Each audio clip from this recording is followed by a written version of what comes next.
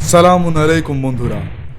আজকে মার্কিন operation epic Fury যে অভিযান ইতিহাসের পাতায় এপিক ফেলিওরে পরিণত হলো, এই বিষয়ের ওপর আজকের আলোচনা।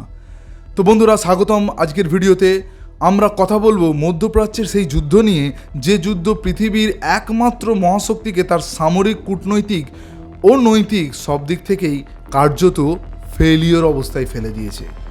বন্ধুরা, আপনারা হয়তো ভাববেন এগুলি আমার কথা, কিন্তু না, প্রত্যেকটি ভিডিওতে আমি প্রমাণ সমেত কথা বলবো। 2026 সালের 28শে ফেব্রুয়ারি আমেরিকা ও ইসরায়েল যৌথভাবে ইরানের ওপর এক বিশাল সামরিক অভিযান শুরু করে। নাম দেওয়া হয় অপারেশন এপিক ফিউরি। মার্কিন প্রেসিডেন্ট ডোনাল্ড ট্রাম্প এবং ইসরায়েলের প্রধানমন্ত্রী নেতানিয়াহু মনে করেছিলেন এটাই হবে ইরানের শেষ পরিণতি এবং ইরানের ইসলামী বিপ্লবী গার্ড বাহিনী বা IRGCর শেষ অধ্যায় এবং তথা বিশ্ব ইসলামের শেষ অধ্যায়। তাদের ধারণা ছিল কয়েকদিনের মধ্যে তেহরানের পতন ঘটবে এবং এক নতুন মধ্যপ্রাচ্যে গড়ে উঠবে জায়নিস্টবাদী সরকার। কিন্তু তারা ভুলে গিয়েছিলেন একটি কথা: ইরান কখনোই ভেনেজুয়েলা বা লিবিয়ার মতো দেশ নয়। ইরান হলো একটি সভ্যতার নাম, একটি দর্শনের নাম, আর এই ভুলটাই তাদের গোটা পরিকল্পনাকে ধ্বংসের মুখে ঠেলে দিয়েছে। আজকের এই ভিডিওতে আমরা দেখব কিভাবে আমেরিকা ও ইসরায়েলের এই যুদ্ধ পরিকল্পনা একের পর এক ধাপে ব্যর্থ হয়েছে। আমরা দেখব কিভাবে মার্কিন সেনা মরুভূমিতে পুঁতে গেছে, কিভাবে প্যাট্রিয়ট আর থার্ড এর মতো দামি অত্যাধুনিক প্রতিরক্ষা ব্যবস্থা, যাকে পশ্চিমাদের সবসময় গর্বের জন্য দাবি করে এসেছে, সেই ব্যবস্থাকে ইরান ধ্বংস করে দিয়েছে। শুধু তাই নয়, ইসরায়েল গাজায় যে পাশবিক অত্যাচার চালিয়েছিল জায়নিস্ট লবির সঙ্গে এবং এপস্টিনের দ্বীপের পাপীদের যোগসাজশ, এবং কিভাবে ইরান এই যুদ্ধে আল্লাহের সেনা হিসাবে আবির্ভূত হয়েছেন, সব কিছু আমরা বিস্তারিত আলোচনা করব। তো বন্ধুরা, পুরো ভিডিওটি দেখবেন, মিস করবেন না, আর কমেন্ট করে আপনাদের মতামত জানাবেন। তো চলুন ফিরে যাওয়া যাক সেই ফেব্রুয়ারির শেষ সপ্তাহে, যখন পৃথিবী ছিল আরেকটি বড় যুদ্ধের দ্বার প্রান্তে। প্রথমেই বলে রাখি বন্ধুরা, আমেরিকার পরিকল্পনা পুরোপুরি ব্যর্থ। মার্কিন ও ইসরায়েলি পরিকল্পনাকারী ধরে নিয়েছিল যে ইরানের সর্বোচ্চ নেতার মৃত্যু বা গুরুত্বপূর্ণ সামরিক ঘাঁটিতে হামলার পর ইরানের জনগণ রাস্তায় নেমে আসবে এবং সরকারের পতন ঘটবে। কিন্তু যা ঘটল তার উল্টোটা। বেলারুশের সংবাদ মাধ্যম বেল্টার সূত্রে বিশিষ্ট সামরিক বিশ্লেষক আলেকজান্দ্রো আলেসেন বলেছেন, ইসরায়েল আমেরিকাকে এমন এক সামরিক অভিযানে টেনে এনেছে যার পরিণতি সম্পর্কে তারা অসম্পূর্ণ অন্ধ। তার মতে, পাগলের মতো গুলি ছুঁড়েও শিকার মাটিতে ফেলতে পারেনি আমেরিকা। ইরানের সর্বোচ্চ নেতার মৃত্যু ইরানিদের আরও সংহত করেছে, ঐক্যবদ্ধ করেছে এবং প্রতিশোধের আগুন জ্বলে উঠেছে সাধারণ মানুষের মধ্যে, অর্থাৎ গোটা দেশবাসীকেই প্রতিবাদী একটি অনুভূতিতে প্রেরণ করেছে। আর এই আগুনের প্রথম শিখা দেখতে হয়েছিল মার্কিন সেনাদের। শুরু থেকেই পরিকল্পনায় ব্যর্থতার প্রমাণ পাওয়া যায় হরমুজ প্রণালীর ঘটনায়। যুদ্ধ শুরুর পরপরই ইরান ঘোষণা দেয় হরমুজ প্রণালী বন্ধ থাকবে। আর এদিকে মার্কিন প্রেসিডেন্ট ট্রাম্প শুরুর প্রথম দুদিন পর থেকেই বলে আমরা যুদ্ধ জিতে গেছি। মার্কিন জ্বালানি সচিব ক্রিস রাইট CNN-এ স্বীকার করতে বাধ্য হন, মার্কিন নৌবাহিনী এখনই তেলের ট্যাঙ্কারগুলোর পাহারা দিতে প্রস্তুত নয়। লিওন পানেটা, যিনি নিজে প্রতিরক্ষা সচিব ছিলেন, তিনি এক প্রতিক্রিয়ায় একে পরিকল্পনার ব্যর্থতায় আখ্যা দিয়েছেন। অর্থাৎ যে যুদ্ধ শুরু করলেন তার প্রথম প্রভাব মোকাবিলার মতো সেনা প্রস্তুত নেই। কিন্তু বন্ধুরা, আজকের ইতিহাসের পাতায় শুধু একটিই নাম, শাহেদ 136। আর যে কোনো সংবাদ মাধ্যম, যে কোনো চ্যানেলে আপনি যান, একটাই রব, শাহেদ 136। এবার আসা যাক প্রযুক্তির যুদ্ধে। আমেরিকা ইসরায়েল মনে করত তাদের F-35 প্যাট্রিয়ট মিসাইল আর অত্যাধুনিক এয়ার ডিফেন্স সিস্টেমের কাছে ইরানের কোনো সামরিক শক্তি টিকতে পারে না। কিন্তু ইরান তাদের বোকা বানালো এক অসাধারণ কৌশলে। বন্ধুরা, এই কৌশল আমাদের প্রত্যেকেই জেনে রাখা উচিত যে ইরান ব্যবহার করলো মাত্র $20,000 মূল্যের শাহেদ 136 ড্রোন। অথচ এই ড্রোনগুলো ধ্বংস করতে আমেরিকাকে খরচ করতে হলো প্রত্যেক শাহেদ ড্রোন খরচ করতে $4 মিলিয়ন, অর্থাৎ $40 লক্ষ মার্কিন ডলার প্যাট্রিয়ট মিসাইল। বিশ্লেষক কেলি গ্রিকোর মতে ইরানের মূল পরিকল্পনাই ছিল আমেরিকার মিসাইল ভান্ডার খালি করে দেওয়া। আর তা তারা করতে শুরু করলো এবং সক্ষম হলো। ব্লুমবার্গের প্রতিবেদন অনুযায়ী যুদ্ধের মাত্র কয়েকদিনের মধ্যেই কাতারের প্যাট্রিয়ট মিসাইলের মজুদ শেষ হয়ে যাওয়ায় মার্চের প্রথম সপ্তাহে ইরান যখন 1200-র বেশি প্রজেক্টাইল নিক্ষেপ করে, তার বেশিরভাগটাই ছিল সস্তা ড্রোন, যা মার্কিন কোষাগারের টাকা সাগরের জলে ভাসিয়ে দিচ্ছিল। কারণ একটি ড্রোন, একটি রকেট, একটি মিসাইল মারার জন্য ওই 4 মিলিয়ন অর্থাৎ 40 লক্ষ মার্কিন ডলার খরচ করতে হচ্ছিল। শুধু ড্রোন নয় বন্ধুরা, ইরানের ব্যালিস্টিক মিসাইলও আজকের অধ্যার এক চর্চিত বিষয়। মার্কিন ঘাঁটিগুলোকে গুঁড়িয়ে দিয়েছে এই ব্যালিস্টিক মিসাইল।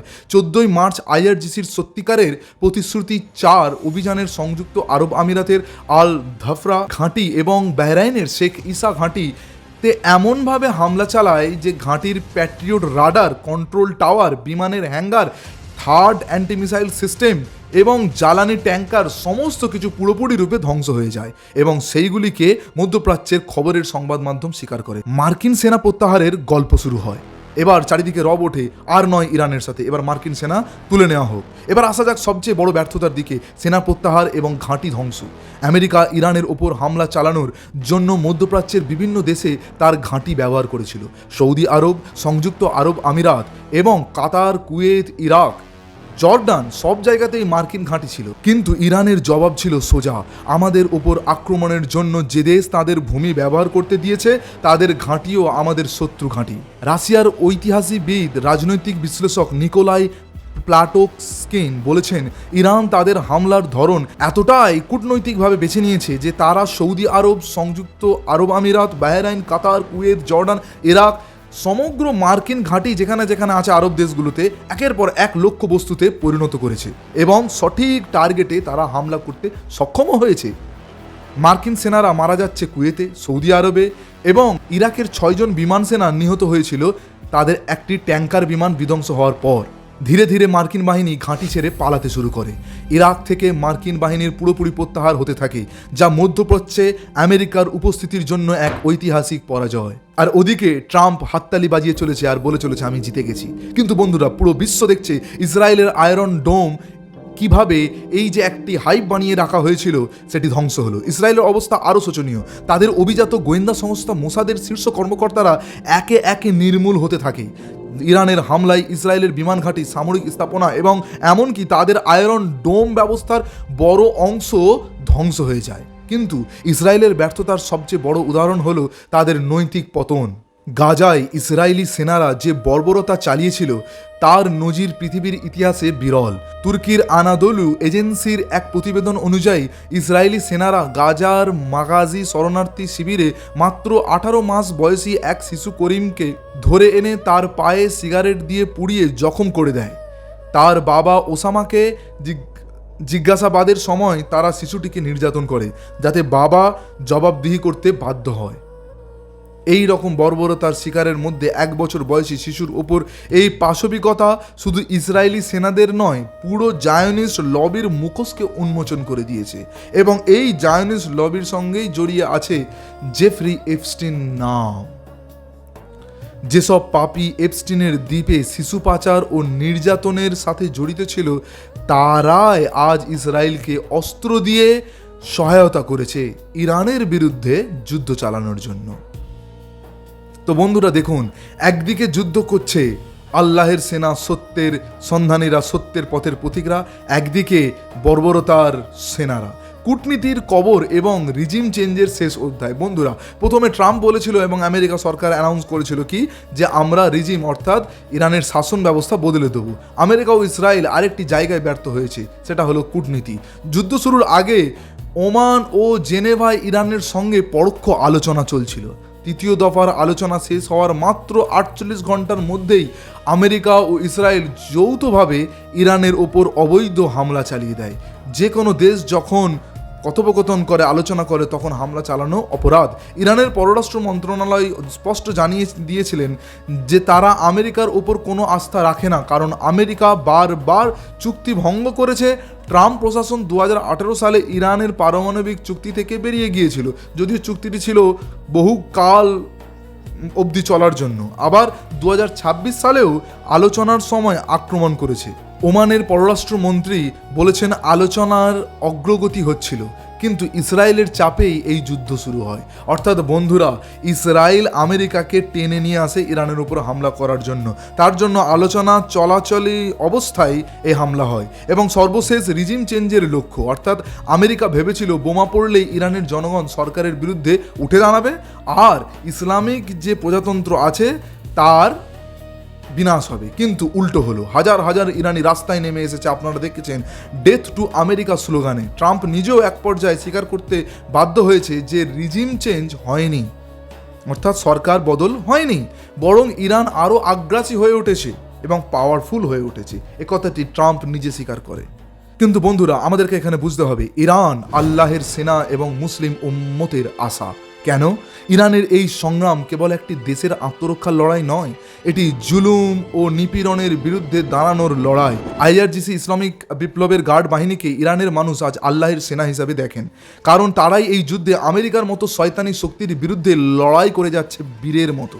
ইরানের সর্বোচ্চ নেতা আয়াতুল্লাহ খামেনাইর নেতৃত্বে ইরান আজ ধৈর্য, সাহসিকতা ও ন্যায়ের প্রতীক।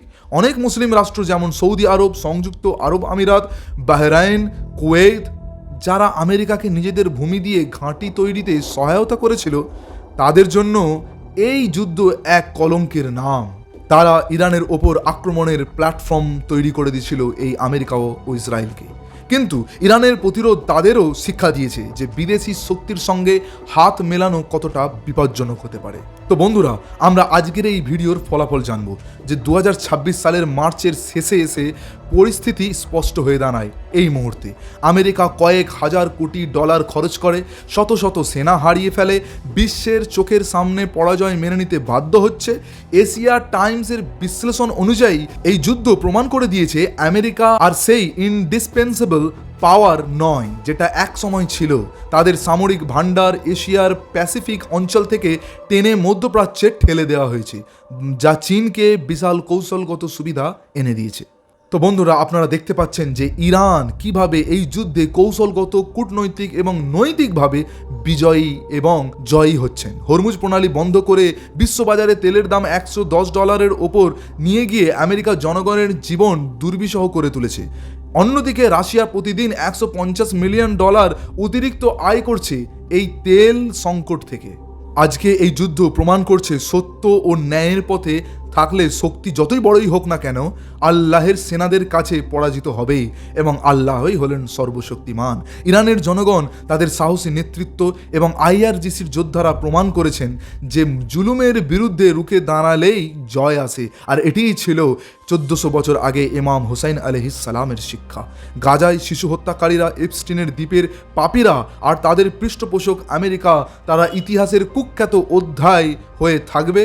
আর ইরান তাদের প্রতিরোধের ভিত্তি নিয়ে নতুন করে বিশ্বের সামনে একটি মডেল উপস্থাপন করবে। তো বন্ধুরা, বর্তমান পরিস্থিতিটি ঠিক কোন জায়গায় দাঁড়িয়ে আছে আপনাদেরকে একটু সংক্ষেপে বলে দিই। ওদিকে আমেরিকা 26শে মার্চ যুদ্ধ স্থগিত করেছে। বর্তমানে ট্রাম্প বলছে যে 48 ঘন্টার মধ্যে যে ইরানের পাওয়ার প্ল্যান্ট গুঁড়িয়ে দেওয়ার কথা ছিল, সে 48 ঘন্টাটা 5 দিন করেছি। তারপর আবার বলছে আমি 10 দিনের জন্য যুদ্ধবিরতি করলাম। কিন্তু বন্ধুরা, আপনারা সবাই জানেন যুদ্ধ চলাকালীন সময়ে কেউ যদি সর্বপ্রথম যুদ্ধবিরতির কথা ঘোষণা দেয়, তাহলে তার পাওয়ার বা তার শক্তি খুবই নিম্ন। সে যতই বলুক না কেন আমি যুদ্ধ জয় করেছি। আর বন্ধুরা, শুধু এটা আমার কথা নয়, আমেরিকার সিনেটর এবং আমেরিকার বহু বিশ্লেষকরা এবং কংগ্রেসের যারা নেতা আছেন আমেরিকার, তারাও কিন্তু এই যুদ্ধের বিরোধী। বেশিরভাগ আমেরিকার জনগণই এই যুদ্ধের বিরোধী। কিন্তু ট্রাম্প কোনো একটি চাপে পড়ে এই যুদ্ধ রচনা করে দিয়েছে এবং সেই চাপটা আপনারা আজকে শুনলেন ইসরায়েল। কিন্তু বন্ধুরা, এই মুহূর্তে আইআরজিসি ইরান আমেরিকাকে চ্যালেঞ্জ করেছে যে গ্রাউন্ড ট্রুপস অর্থাৎ ভূমিতে সেনা নামানোর জন্য আর কত দেরি করবে, কারণ তারা সেইভাবেই তৈরি আছেন। আর হরমুজ প্রণালী থেকে, ওই যে হরমুজ প্রণালী বন্ধ আছে, সমস্ত জাহাজকে আটকে দেওয়া হয়েছে এবং বিশ্বের তেল ব্যবস্থাকে একেবারে অটল করে দেওয়া হয়েছে, জ্বালানি ব্যবস্থাকে। সেটিকেও চ্যালেঞ্জ করেছে আমেরিকাকে, যদি শক্তি থাকে তাহলে এসে এই হরমুজ প্রণালী খোলো। আজ এতটাই অসহায় ট্রাম্প সরকার যে বারবার অনুরোধের ফলেও গোটা ইউরোপ এবং অন্য কোনো দেশ আজ আমেরিকার পাশে দাঁড়াতে অনিচ্ছুক, কারণ তারা প্রত্যেকেই জানেন যে এই যুদ্ধ অবৈধভাবে এবং এই যুদ্ধের পরিণতি ভয়াবহ। ইরানের সাথে যুদ্ধ পেরে ওঠা সম্ভব নয়। আর ওদিকে এমনকি ট্রাম্প ইউক্রেনের কাছে গিয়েও, যে ইউক্রেন সর্বদা ইউরোপ ও আমেরিকার কাছ থেকে সাহায্য চাইতো, সেই ইউক্রেনের কাছে গিয়েও সাহায্য চেয়েছে, সাউথ কোরিয়ার কাছ থেকে সাহায্য চেয়েছে। এবং ট্রাম্প বারবার আরব দেশগুলোকে বলছে যে আপনারাও নেমে পড়ুন এই যুদ্ধের বিরুদ্ধে। কিন্তু বন্ধুরা, আরব দেশগুলি যতই কূটনৈতিকভাবে এবং বিশেষ করে মোহাম্মদ বিন সালমান যতই সে প্রকাশ্যে আমেরিকাকে সমর্থন করুক যে ইরানকে আঘাত করো, আরও বেশি করে আঘাত করো, ইরানকে ধ্বংস করে দাও, কিন্তু তাদের রণক্ষেত্রে যুদ্ধক্ষেত্রে নামার সাহসিকতা নেই। কারণ যুদ্ধক্ষেত্রে নামতে গেলে চাই সাহস, আর সাহস আসে সত্য ইসলাম থেকে। সত্য ইসলাম কোথায় আছে, আরব না ইরান? এই বিচারটি আমি আপনাদের উপর ছেড়ে দিচ্ছি, অবশ্যই কমেন্ট করে জানাবেন। আর ভিডিওটি যদি ভালো লেগে থাকে তাহলে অবশ্যই লাইক করে আর বাকিদেরকে শেয়ার করে আজকের পরিস্থিতি বুঝিয়ে দিন। খোদা হাফিজ।